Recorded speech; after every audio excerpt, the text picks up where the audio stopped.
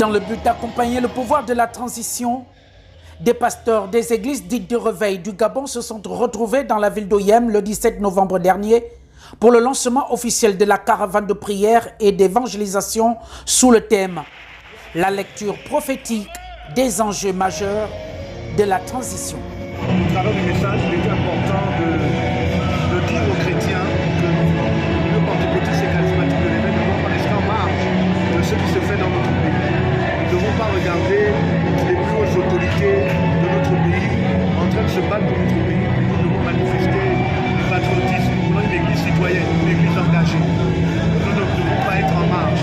C'est le message que nous apportons avec le président, notre président, le révérend docteur Manitou, dans toutes les 9 provinces de notre pays.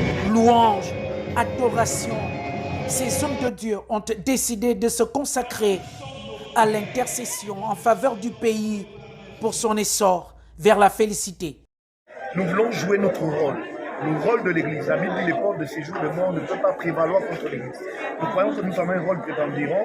Les politiques, les militaires ne peuvent pas attaquer le monde spirituel. C'est notre responsabilité en tant qu'homme de Dieu, en tant que chrétien. Jésus nous a donné le pouvoir de marcher sur les scorpions et sur toute la puissance de l'ennemi. Rien ne pourra nous nuire. Nous ne faisons pas de la politique. La caravane, elle n'est pas politique. Nous n'avons pas des ambitions politiques.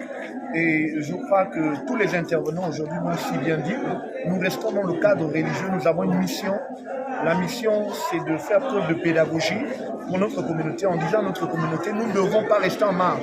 C'est un tournant décisif pour notre pays qui doit compter. Il y a des enjeux majeurs et l'Église doit jouer son rôle, un rôle prépondérant dans la prière et dans les conseils, et dans les orientations et dans l'accompagnement et dans les œuvres. Une première sortie réussie, vu des centaines de fidèles qui ont effectué le déplacement.